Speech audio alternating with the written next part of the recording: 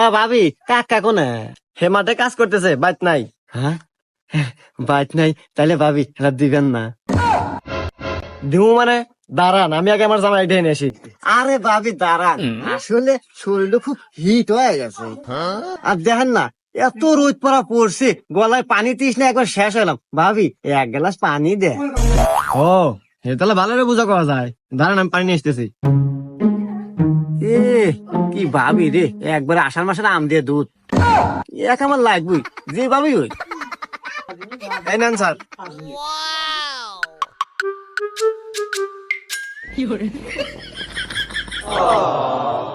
আহ আহ ভাবি, কি শান্তি আপনার কাছে। পানি পানি, এই নেন গেলাস। স্যার, স্যার আপনার জানতো কিছু সময় এলে আইসেন।